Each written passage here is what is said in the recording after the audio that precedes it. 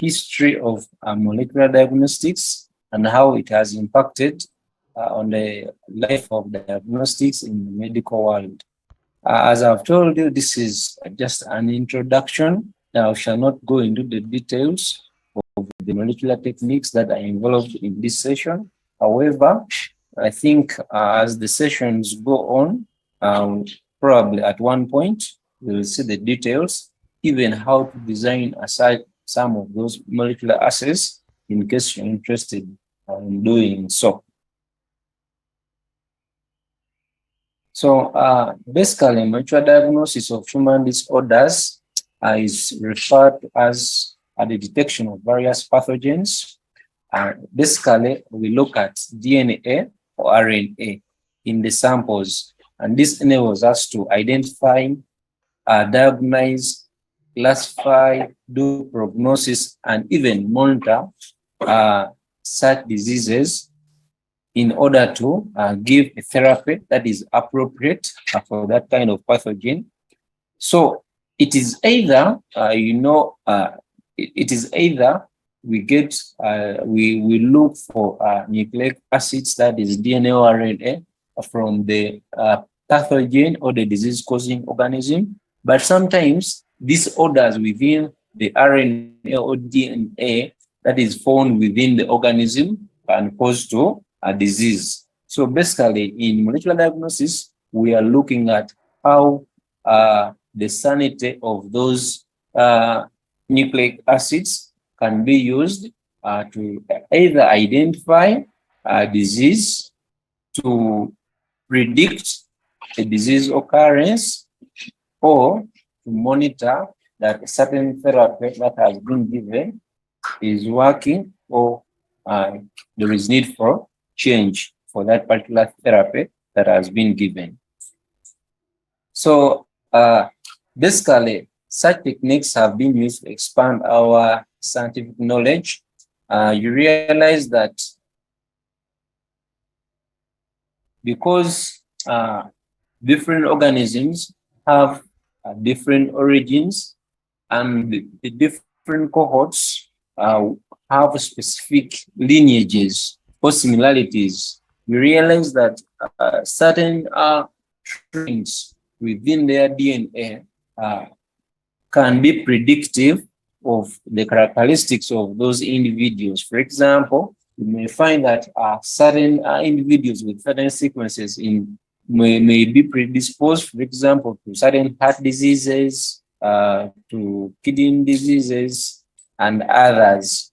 So basically, molecular diagnostics combines laboratory medicine with that knowledge, and it has been enormously revolutionized over the last decades. And this has been of benefit in the field of molecular biology.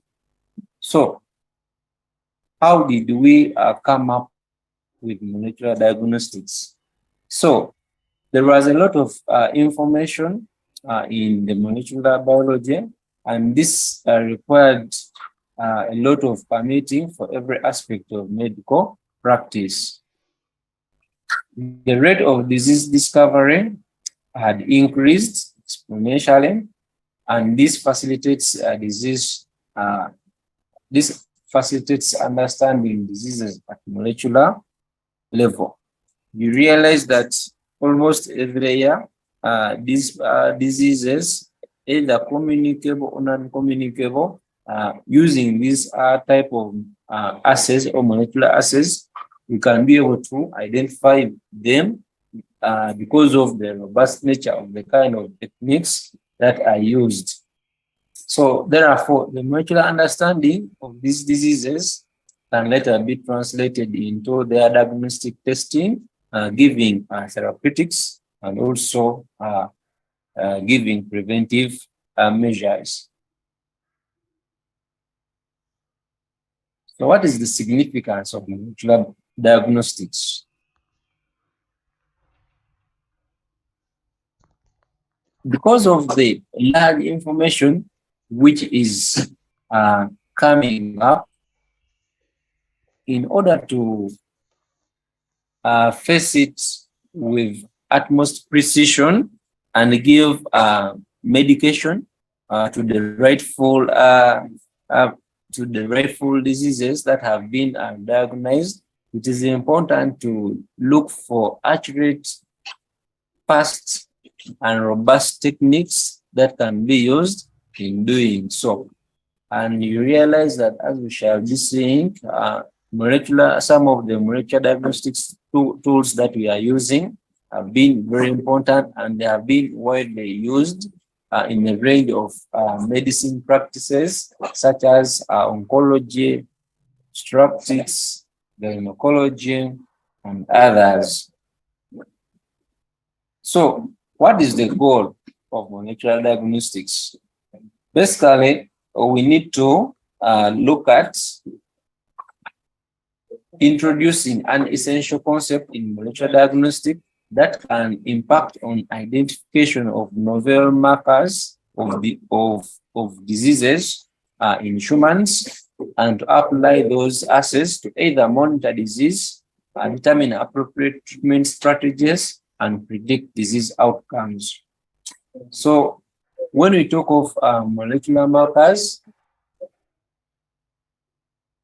these are specific sequences that are peculiar for the disease-causing organisms that will be always traced or diagnosed, or they can be specific sequences within the organism whose alteration can cause significant change in the phenotype, and therefore can probably be indicative of either disease or no disease.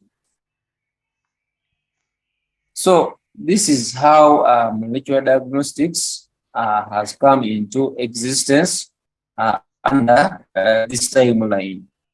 Began way back in 1865 when Gregor Mendel introduced us to the different laws of heredity and his genetics work. Then we heard of 1866, Johann managed to identify or purify DNA from normal cells. In 1949, sickle cell anemia, a mutation leading to, it was discovered that sickle cell was caused as a result of a mutation. What we know about that substitution of alanine by thymine, which ended up changing the entire amino acid sequence, leading to production of sickled red blood cells that have reduced capacity to carry oxygen, and they can't easily move through the blood vessels, clogging them and causing other complications. So that discovery was made in 1949. Then 1953, Watson and Crick discovered the structure of DNA. In 1970, recombinant DNA, technologies were discovered that you can get different DNAs, or you can get DNA from different organisms and put them together and then survey them. Then after 7 years, Sanger invented the identification of the different nucleotides arrangement within the DNA, that is the Sanger sequencing.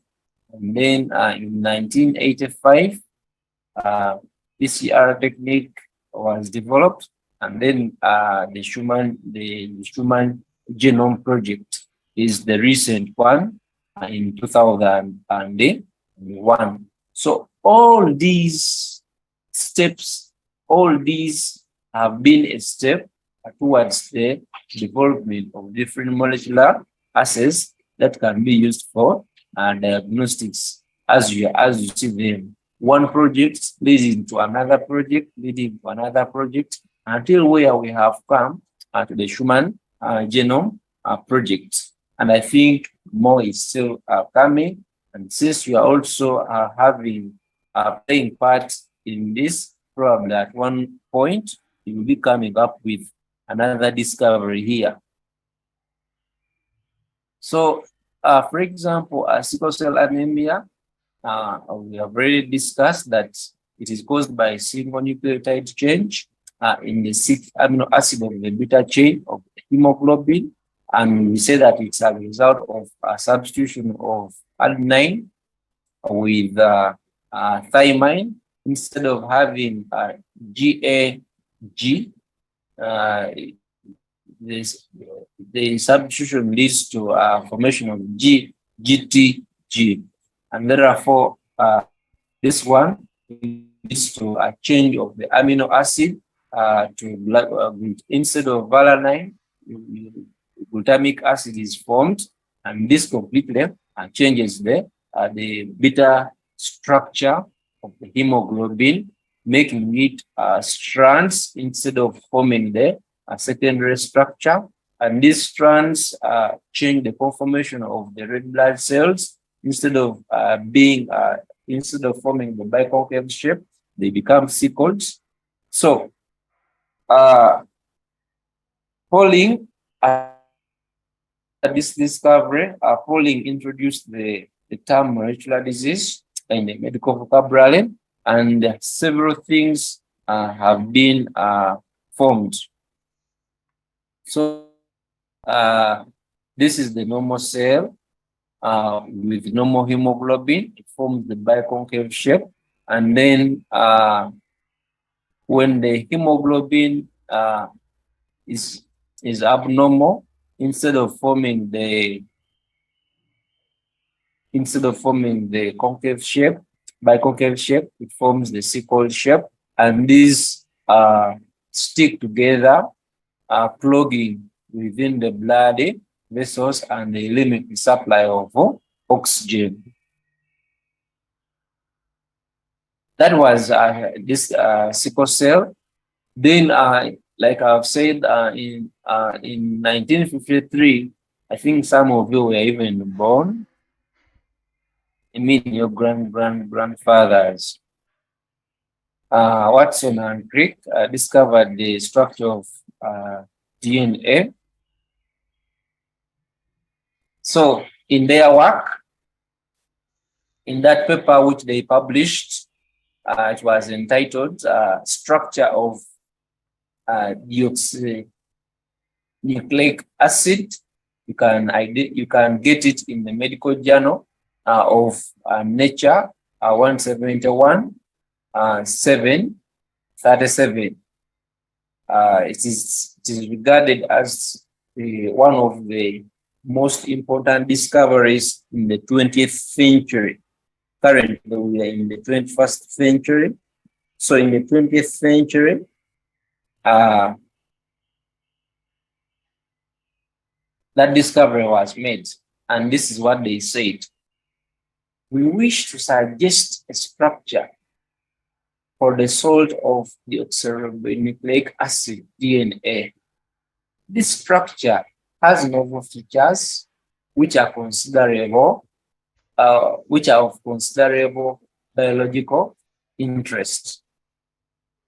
That's how they wrote. So they did this work in their laboratories at Cavendish. I think some of you who will be lucky will get some scholarships and go in those laboratories and do some of those trainings where this man, Watson and Crick, began their work.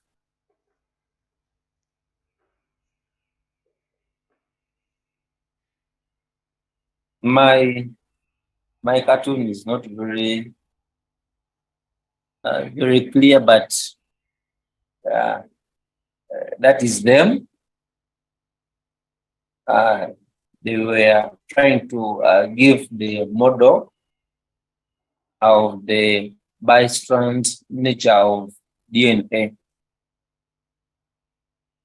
So when their work was done, uh, Rosalind Franklin decided to identify the different nature or structure of DNA, and she did this with her different X-ray diffraction techniques, and she identified several things about the structure of DNA, being a helical, uh, the helix nature of DNA. That work was discovered by this lady. Unfortunately, she passed on as a result of cancer that she developed as a result of her X-ray experiments. Yeah, so it is cool to discover science. Sometimes, yeah, you can die with your science after developing it. So that is the lab. As there was a lot of work which was going on in that lab at the Cavendish laboratory, and people working there. That lab alone received 12 Nobel Prizes. Now you may be asking, why is this man telling us history? We are looking at molecular diagnostics, but still, yeah, this is history. I told you, you have to go through and honor the people who came with different ideas that we are coined for us to get to understand these different aspects of molecular diagnostics.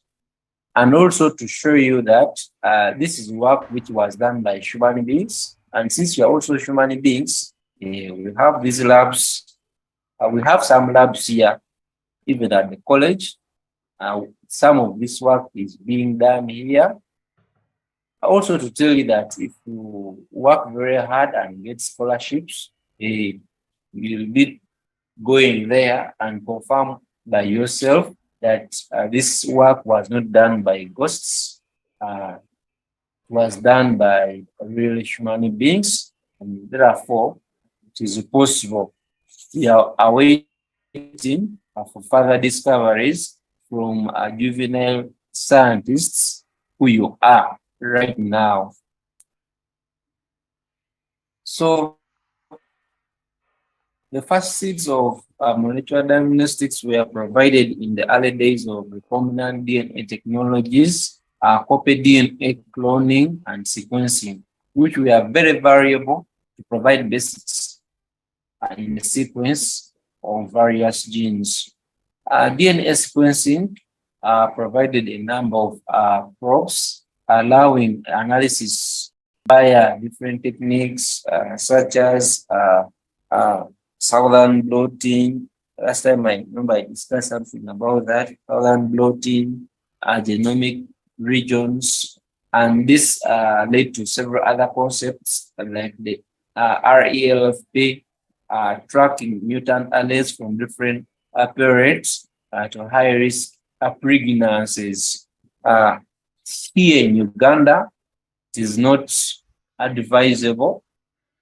Abortion is illegal, but in some countries, in Europe, uh, I think US, they legalized abortion on some backgrounds. For example, if the fetus, if it has been discovered that the fetus who, who is growing may have uh, terminal illnesses in future, that fetus can be terminated to avoid havoc that the parents will go through in raising such a child. So I don't know. What do you think about this?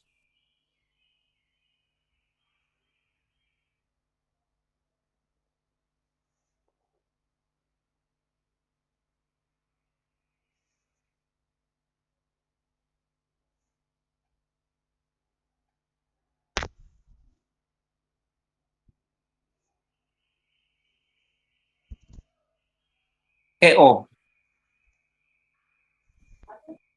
Everyone deserves a chance. For me, that's what I think. Everyone deserves a chance to grow up.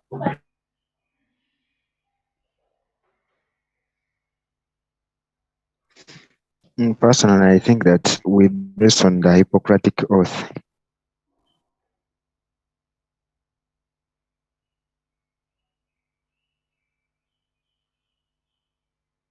Can I get some other views? Okay, doctor, for me, I think the child should actually be given birth to. Then, in case they feel like living is hard, then the child decides to die on their own. But I don't think we have to take their lives. Doctor, I Doctor, think comment. as long as it is proven beyond doubt, then really terminating the pregnancy is okay. Because why would we overburden these parents yet the outcome is already established that it won't survive? Thank you.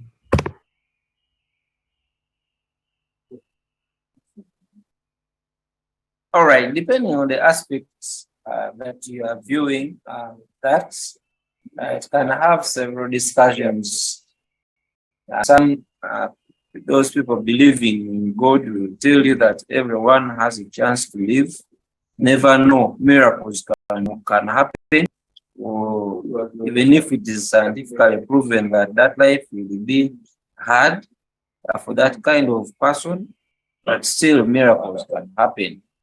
Others will tell you that uh, that life has not yet been okay. The soul has not yet differentiated into. There is a chance that even that that fetus can be naturally aborted. So why don't you help God since he told you that you go and procreate? Other people will tell you what's the difference? What's the difference of terminating that fetus? What's the difference between the person who is terminating the fetus and the person who is using a condom to prevent that kid from happening? Anyway, there will be very many discussions for that, but the science behind that is that we can use that technique known as uh, REL, IRELP, restriction of fragmenting polymorphisms, to RFLP, to do what? To predict. We look at the different aspects, different chromosomes in that kind of organism, and see whether they are normal or they are abnormal, and if they prove to be terminal, probably decisions can be made with the parents' consent. So you realize how these techniques can either be very good or very bad.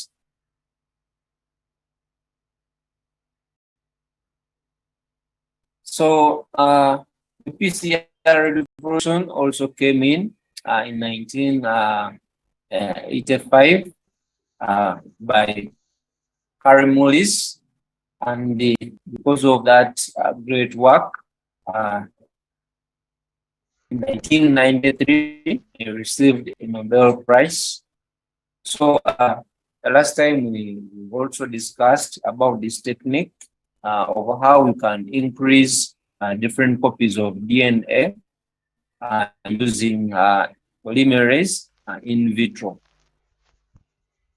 So this technique greatly revolutionized molecular diagnostics with its powerful feature of making very large amounts of DNA within a short period of time.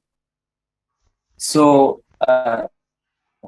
basically, PCR reduced the need for use of radioactivity to study the structure of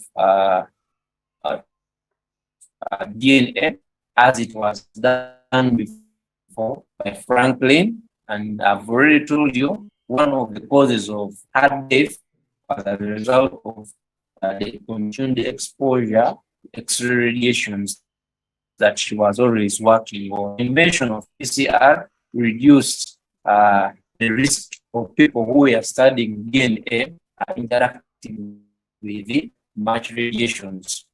PCR is either used to generate DNA fragments to be analyzed, or we can use it as a detection tool. Most of you, I think, not most of you, all of you in this COVID era, some of you would have fallen sick for SARS-CoV-2, and you always asked to do that PCR test. So we realize that these kind of tests have been even included in our daily routines in diagnostics. So lastly, the Human Genome Project, this was authorized by the NIH, National Institute of Health.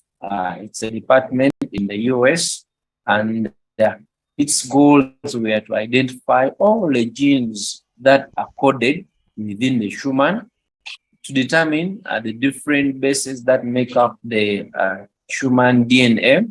I use those sequences to create databases that can be used for further references, developing tools to analyze the data that is generated through these projects, and also address ethical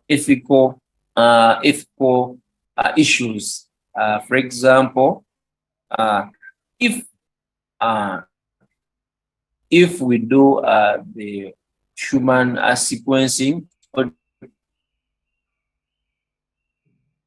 a particular group, we realize that certain groups of people will be associated with the specific characteristics. So some ill-mannered people can use that chance to terminate that, to either terminate that group of people because of their weakness, or they can use it to create multiple copies of those group of people by encouraging inbreeding. So there are very many ethical considerations about the Human Genome Project, though it is very good that it can help us to predict that probably there are certain groups of people who will suffer from certain diseases and certain groups of people who will not suffer from certain diseases. Like I told you at the beginning, that molecular diagnosis can be used, and molecular diagnostics can help us to do at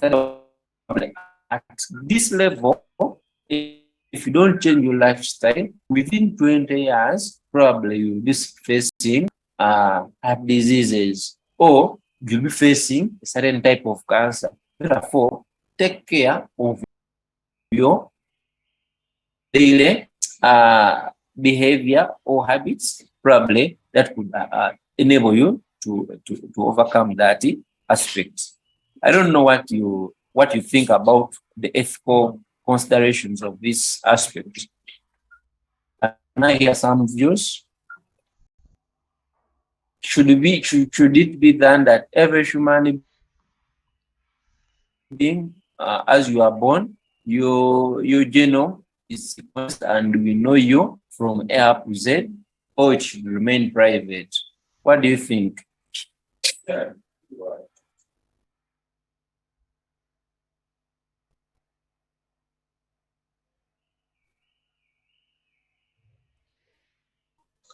Doctor, me, I think it is first of all a violation of human rights to begin with, because I mean the right to privacy. But also then, if the government has the access to people's genomic data, does it mean that it can easily be given into the arms of wrong people? It can be subject to different manipulations, especially in this area where we have CRISPR technology, which is gene editing and all that. Means they can easily manipulate you.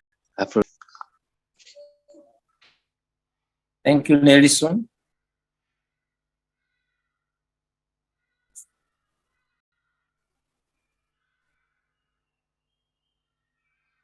The rest, what do you think? it should be private?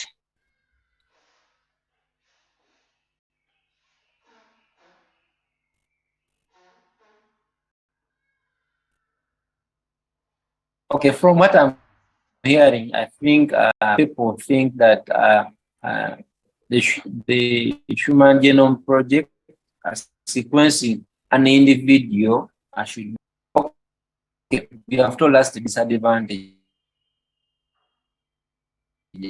What do you think would be the advantages of, for example, unauthorized body knowing the genomic sequence of the individuals? What do you think would be the advantages if that happens? Dr. Personally, I think if, take for example, that project is generalized and the genomic sequence of everyone is in the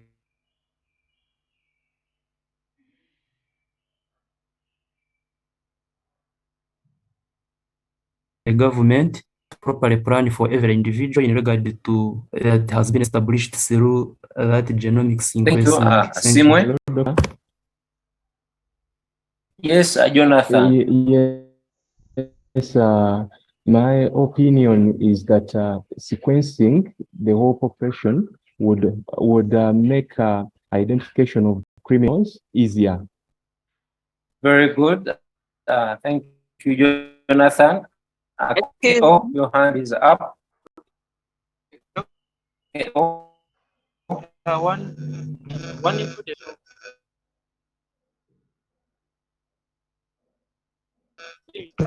is that how Okay, oh, you're not clear. Can you? monitor in research, and also it can be used at the progress of different diseases within the can use it to monitor the progress of different link it to plan. Thank you.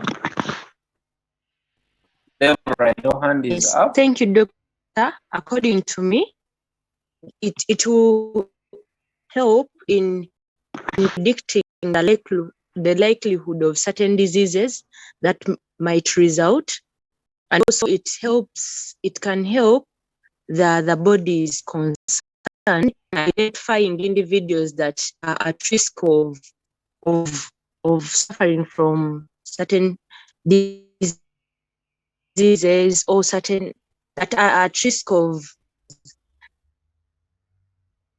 So it helps the body to know the population they are dealing with.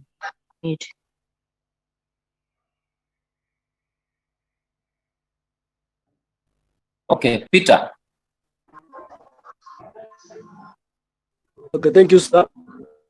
When you have this thing like being the government and access this information from various individuals, it can be very important in the estimation of epidemiology of different conditions, because we realize that some of the sex-linked, for example, sex-linked conditions or diseases whereby you may need like to take on samples from different individuals to detect if they have some anomalies or something like that. It would be easier if we know the genetic sequence of an individual, so there wouldn't be need for us to go into the field carrying out tests and all those things if we know the whole genetic things if we do. Umpire, your hand is up. Thank you very much, Doctor. I think I was somewhat thinking in a similar way. I think if we know what constitutes each and every one, we can be able, one, to avoid things that would probably stimulate some things that like maybe were in a dormant state and activate them. I think that if you know that you are at a risk of getting this and you are told early, you're able to avoid certain conditions, which would probably be healthier. I also think that could be used to maybe look at ways of improving these specific people. For instance, if maybe as they would do now, the child on those sequences, they would see that maybe if we do this, we could maybe improve a particular in cases where things come up through course marking, maybe like where you, if you are able to know like a couple that is getting married, you can advise them accordingly such that they prevent having conditions that would be avoidable. Thank you, Byron. Muzamiro? Yeah, I think it is also important because the government can design various markers to follow or monitor various diseases at molecular level, and also it can be important when it comes to forensic analysis. Now, of carrying out a population sequence. Now, what is your take? Do you think all Ugandans, for example, our DNA should be sequenced as individuals because of the advantages that you have told me, or you still insist that everyone's sequence should be private unless conditions, unless specific conditions dictate to do so? What do you think? Should we wait for conditions to dictate such that we do your sequence, or if resources are available, we should do the sequences right from birth, or even when you are still within your mother's womb, because it is very possible using non-invasive technologies. I have a class of 128. I would like to see several people participating in this discussion. Simon, Anyway, Francis? yes. Okay, Francis. Anyway, either way they are advantages and this here. But on a large extent, it is advantageous for the reasons people have given. But now the question is, after you determining my sequence, to whom is the sequence disclosed? Because it can be determined, I know as an individual, this disease in the coming 20 years, but not to disclose to the entire public. The same thing that goes with paternity issues. So my summary is, let it be sequenced, but let us limit the disclosure to the public to be limited to the individuals affected. Thank you. Yes, Francis. Ronald? Personally, I'm saying no. Why? Because of I don't think that level. Our country is still backward. We still have issues. But let Just the of individuals recently, we affected. are having Thank you. problems. I was listening to Panorama. People could even access our data in telecom companies, which we believe that they have highest technology. Hackers have been hacking and using the information to ask for ransom. So personally speaking, I don't think we need a bank. We need a record of people's genome. Otherwise, we are not yet there.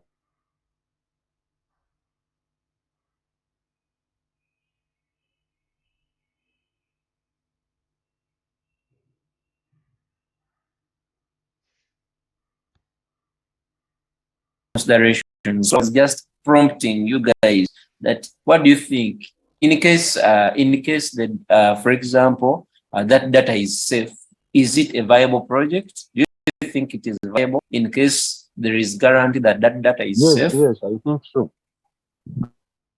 Okay. Barbara?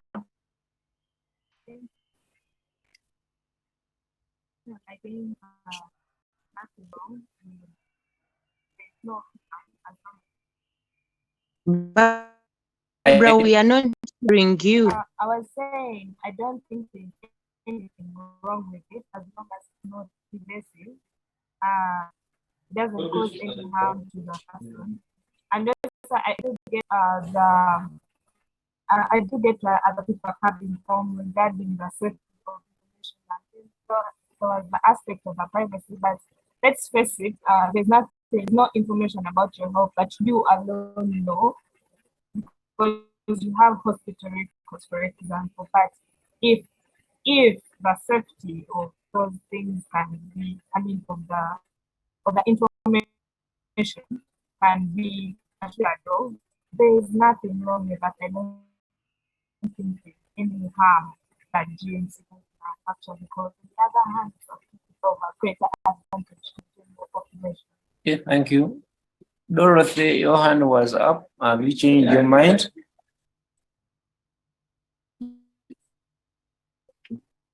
To me, I think it's a very good act to have the information detailed and kept.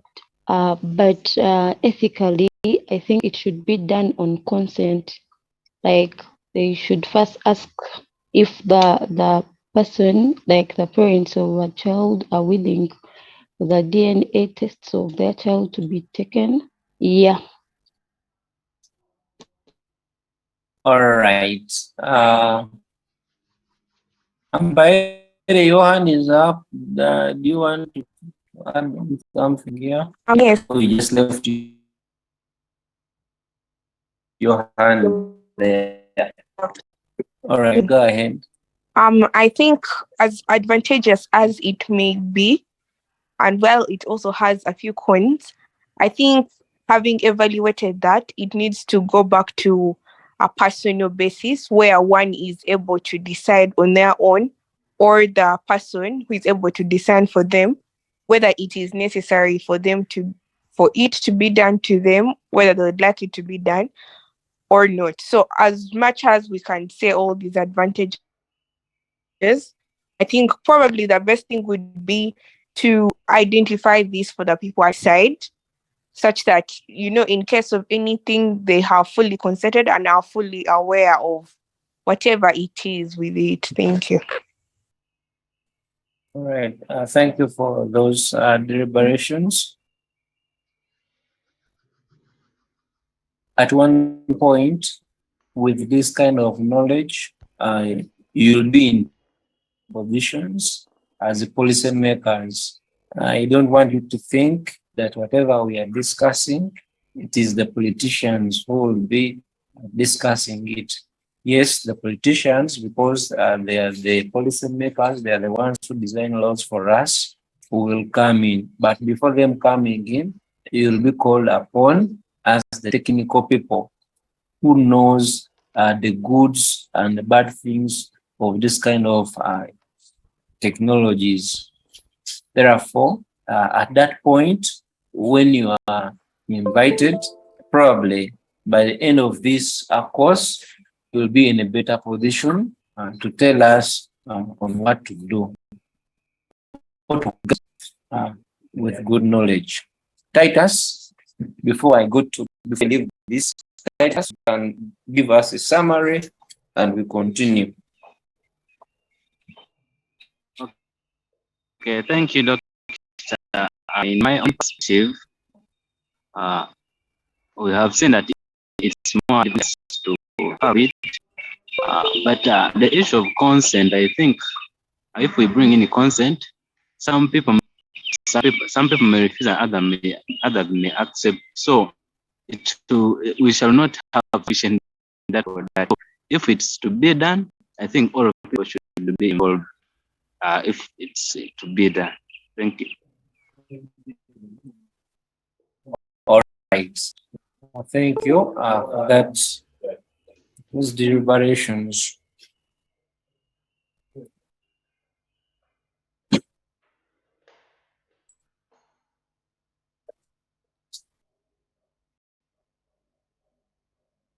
So, like we have been discussing, basically what happens in the Human Genome Project.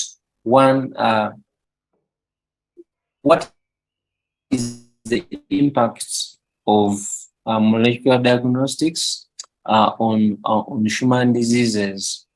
One, it can lead to discovery of potential new molecular markers of diseases, and we have already told you that those are specific sequences within either the pathogen or the human being that can be indicative of the disease. It can lead to identification of new molecular markers for human diseases and how to use those molecular markers to develop useful assays for detection of diagnosis, prediction, disease outcomes. So what are the advantages? It can easily monitor disease more accurately, allowing for early treatment and better patient care, determines the most appropriate treatment. So it reduces on the aspects of unnecessary treatment and that time lag. That time lag when the patient is not receiving the rightful treatment. And therefore, because of that, you will yield a great cut in cost as a result of giving the appropriate treatment. In the long run, you'll see that if you don't as a treat the person, if you treat the wrong thing, one, you're using wrong medicines. First of all, that individual's time will be wasted because they will spend more time when they are sick, and therefore their productivity wherever they have been will be reduced. So in terms of economics, that is very important, that if you happen to get a method that accurately determines the disease, therefore it can easily be managed.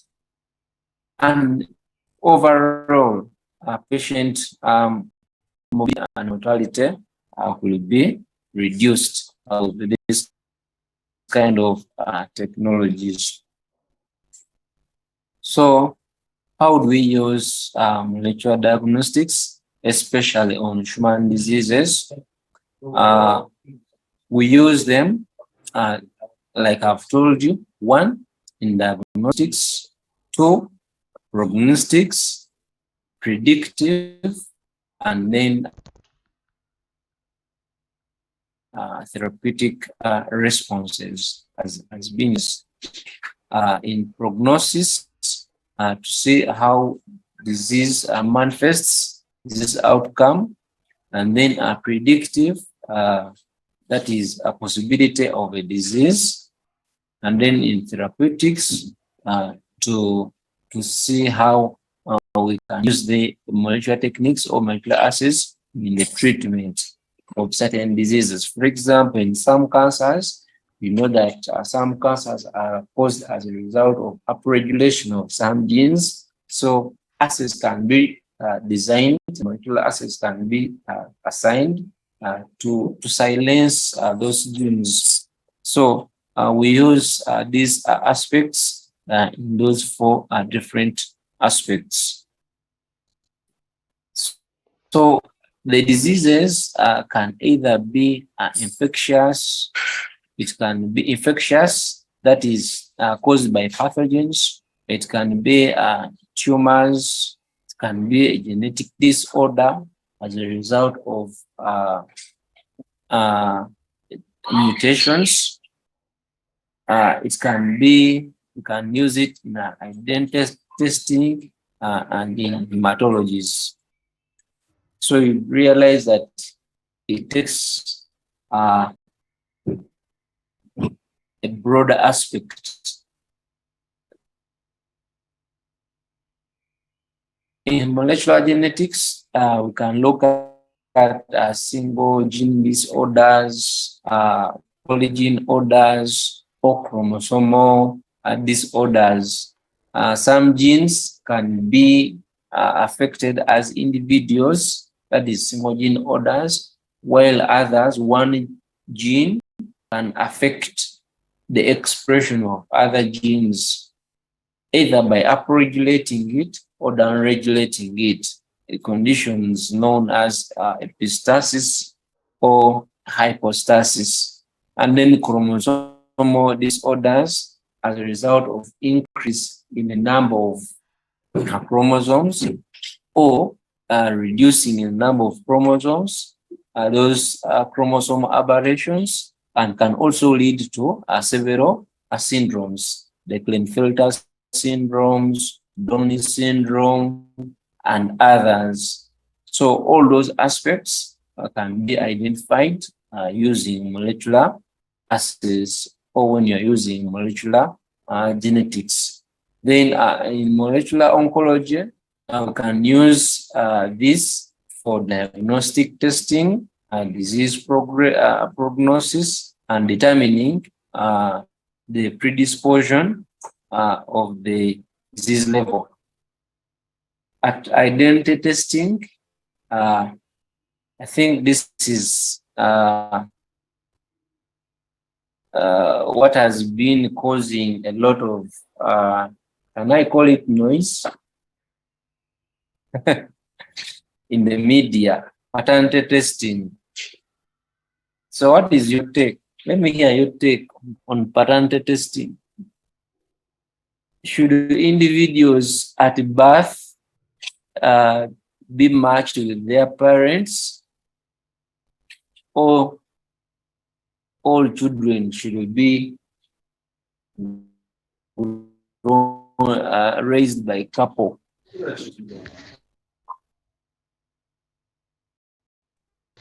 Thank you, Doctor, for that question.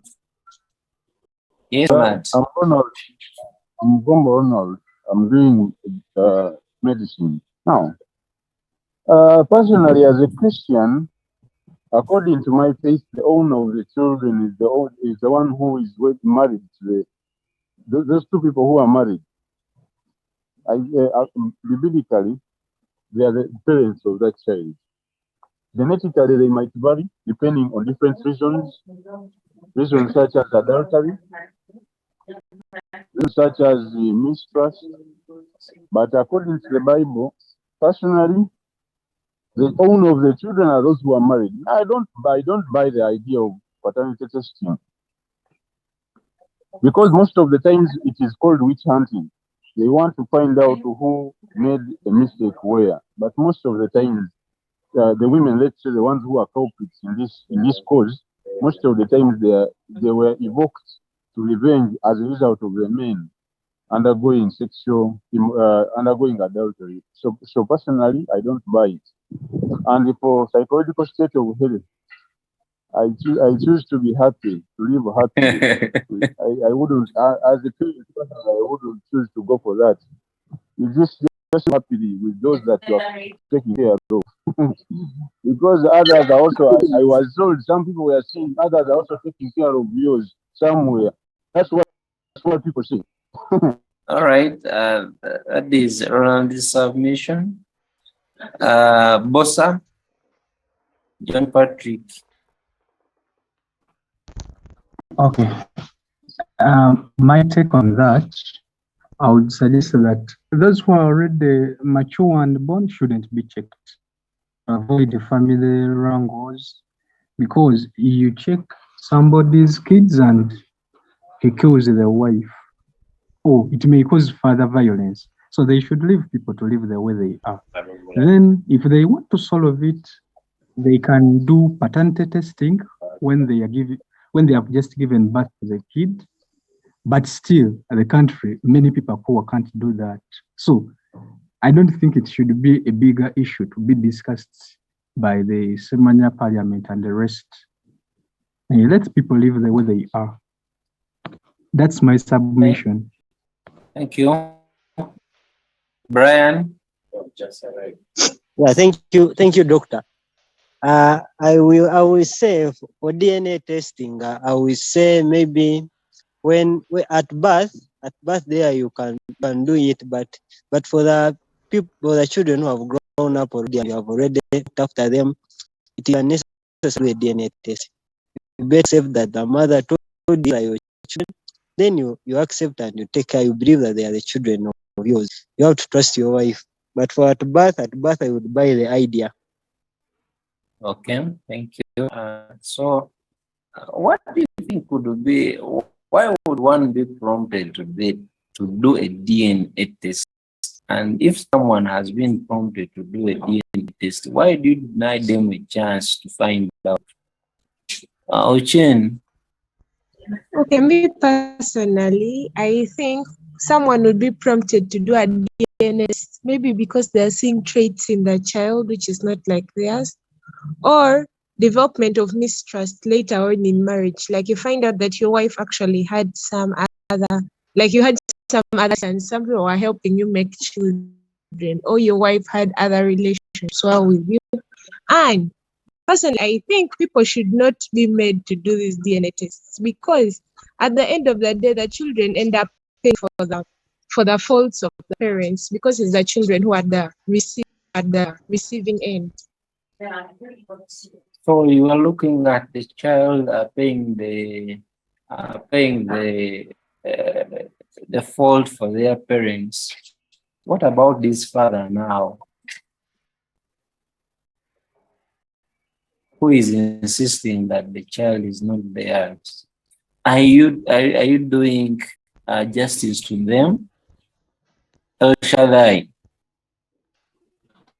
Yeah, good afternoon. My take is, if you just take things the way they are from the media and what have you, you may not get to know the real root cause of all these circus that we've been witnessing. But the issue is, like for that guy who had 6 children and none of them were his, the issue was that whenever they could have a misunderstanding, the woman insults the guy, and then the woman says, I want to go away and I go with my children. And then you're the man, you thought they were your children, and then the woman is saying they are my children. So in most cases, it is the women who probe the man, and then they cause the suspicion. But I don't think a man who is happily married to his wife and everything is moving on well would even think of going for a DNA test. So in the face of such situations where there are misunderstandings, the woman is respecting the man, and either partner senses some bit of mistrust, I would suggest they go for a test, and it saves the either partners of the resources.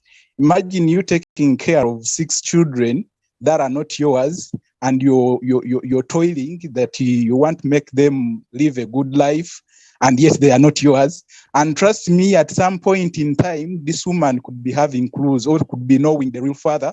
And so as you're toiling, at one point, the woman will eventually tell you that these were not your children, and she will take them to the real biological father. So me, I would even actually support the issue of testing at birth, just as you maybe do blood grouping, you screen for sickle cell at birth. Do the test so that you know if she's if they are your children, you take care of them. If they are not yours, then you sort it out with your partner. Though I would advise the aspect of protecting the minors, the children, not disclosing them, not disclosing results to the children.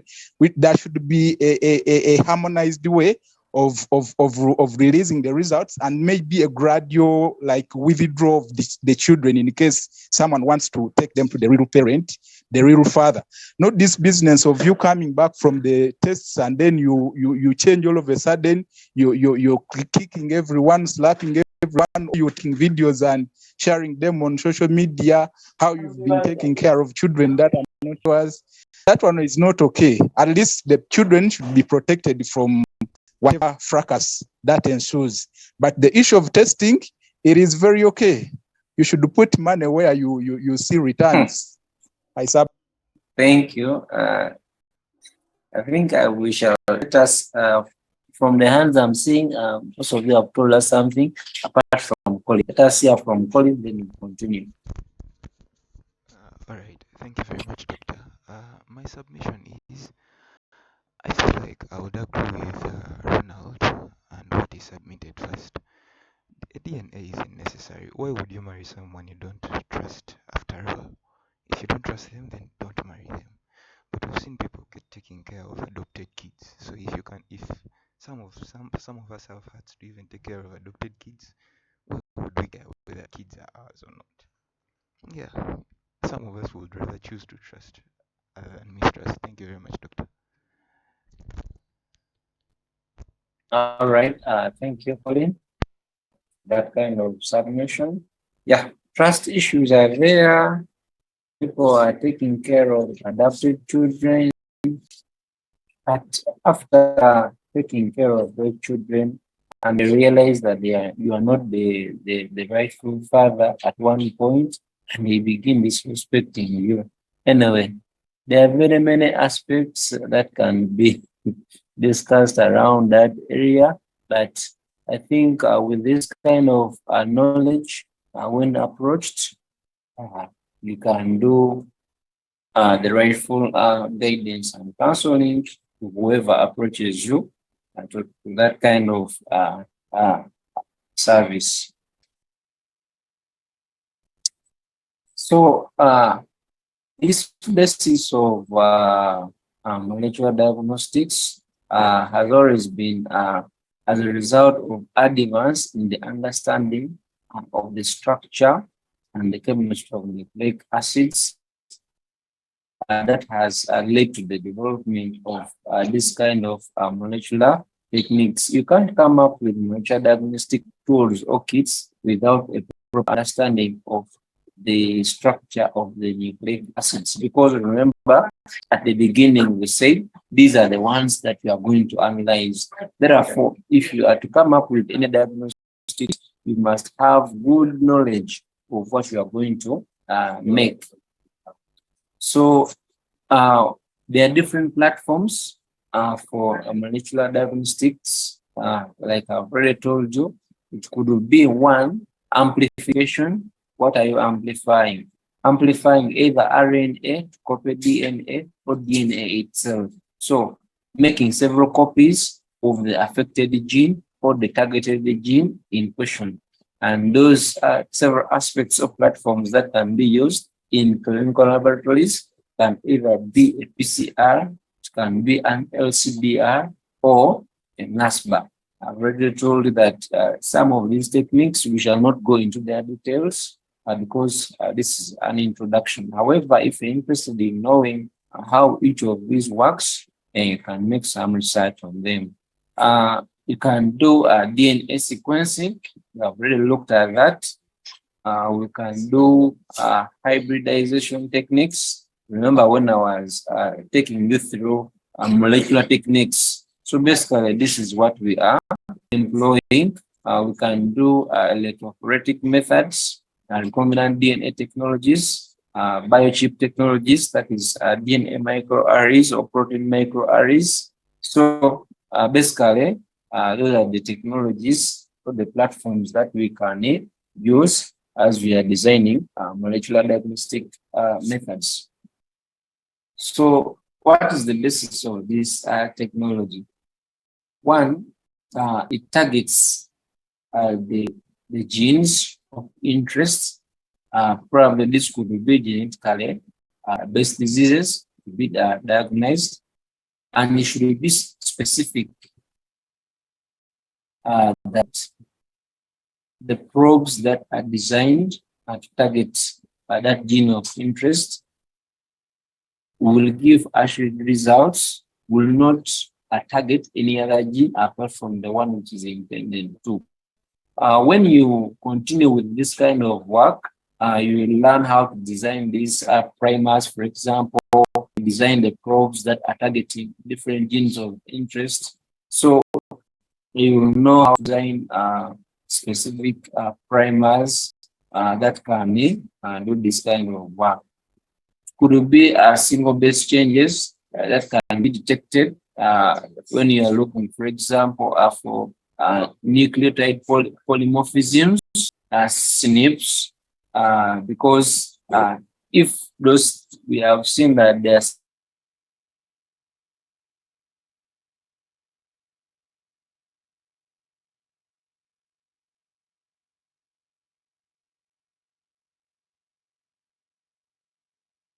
some carnism and like scosylanemia.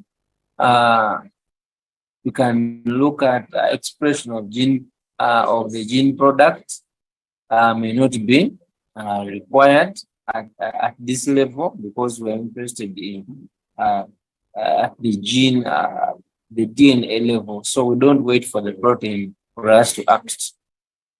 And therefore, these targets can always be amplified to a 10 to the 50th power, even greater than that. So we can easily identify and analyze those results better. So basically, under this molecular diagnosis, we begin by looking at the causative agent of the disease, the mechanism of how the disease is progressing, the structural alterations, and then the functional consequences of what we are looking at.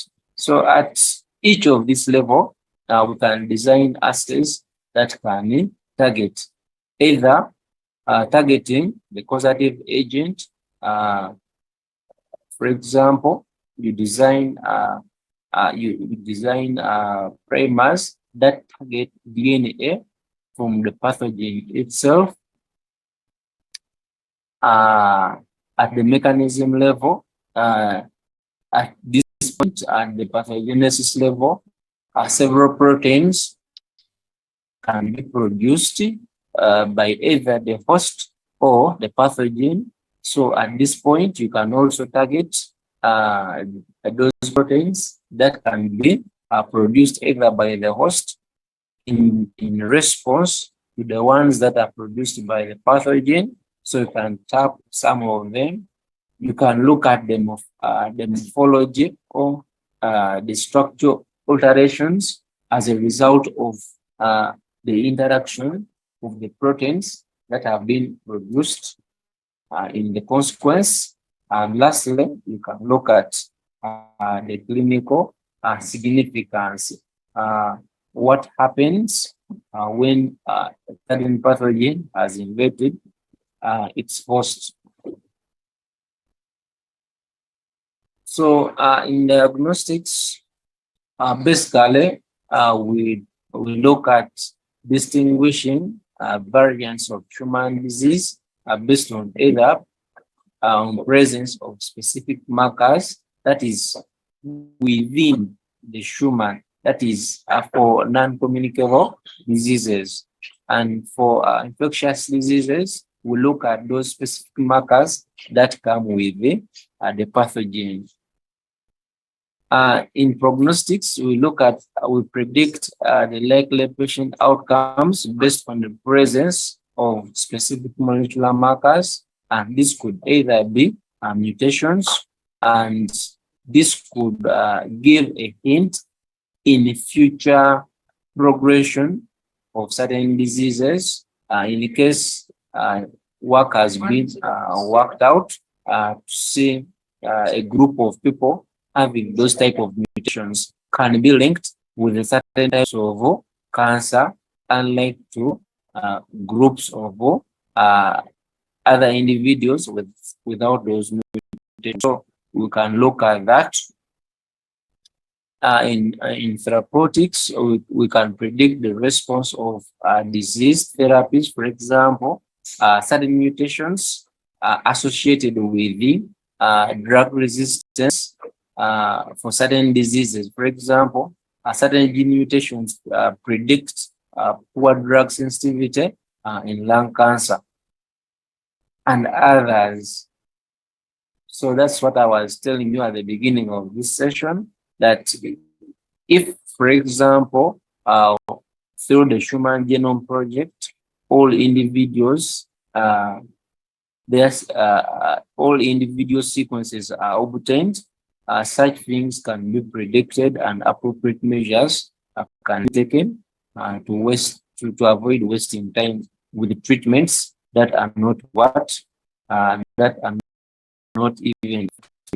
I think at one point you'll be looking at what we call personalized medicine. So this is where it takes us. The drug that they give an African may not be as efficient may not work in the same way with the drug that is given to a European because of their different genetic makeup, despite the fact that all of them are human beings. But if you look at their genomes, you realize that there could be some changes that could affect the way these individuals are interacting with the drugs. Therefore, it is important, probably at one level, at one point, we shall be looking at that, or shall be embracing that.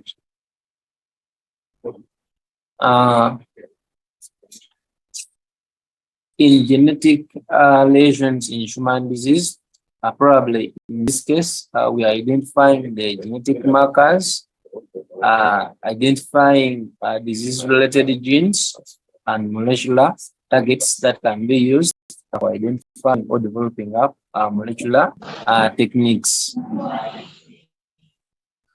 So when these sequences are obtained, this facilitates characterizing disease-causing mutations or understanding better and developing molecular targets that can be used in that kind of development.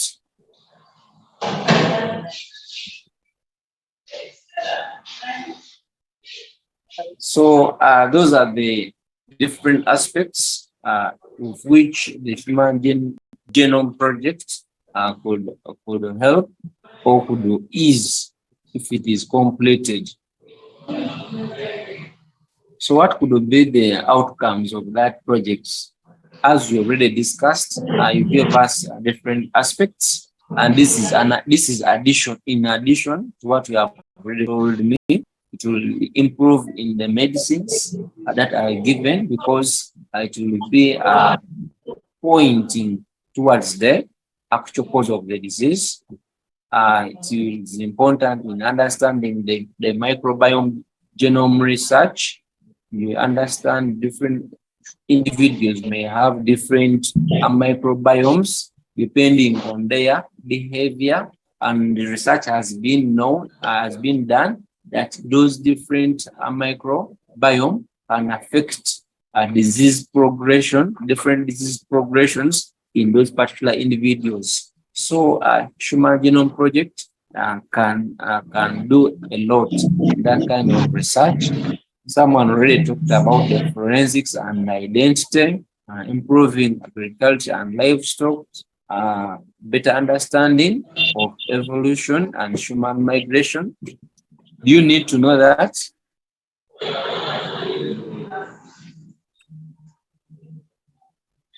Yes.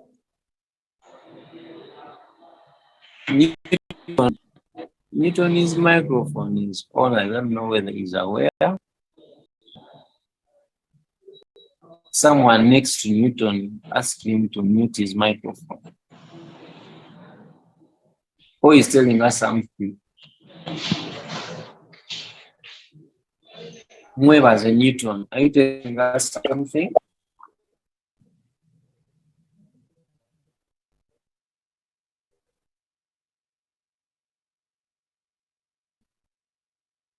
So it is also more accurate in risk assessment.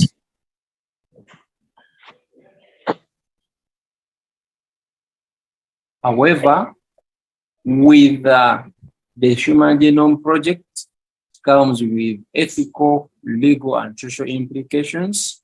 As you had also discussed about this, how that genetic information generated will be used, privacy and the issues. It comes with psychological impact. Someone has been having 6 children, and after over 20 years, they are telling the child is not theirs. I think even on media you have seen some gentleman who was 160 kilograms, but as per now he's around 60 kilograms because he's undergoing depression after they took away the only daughter was having. So it is having psychological impacts, issues of genetic testing, reproductive issues, education standards and quality control, even commercializing. Who is going to keep the data that you are going to generate, and at what cost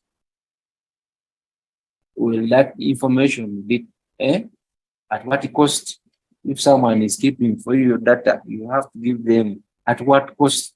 So if people are coming up to commercialize that, all those issues are for consideration, and some could be a conceptual or philosophical.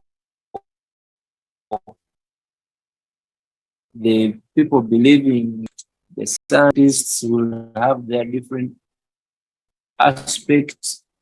So all those things are there.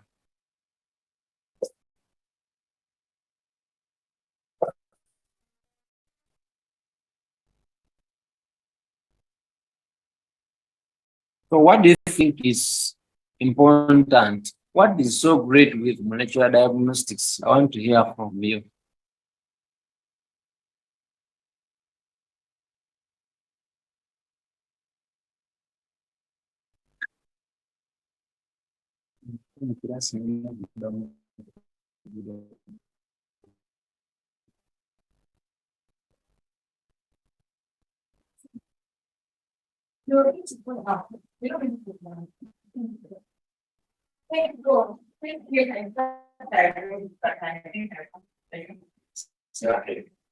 I guys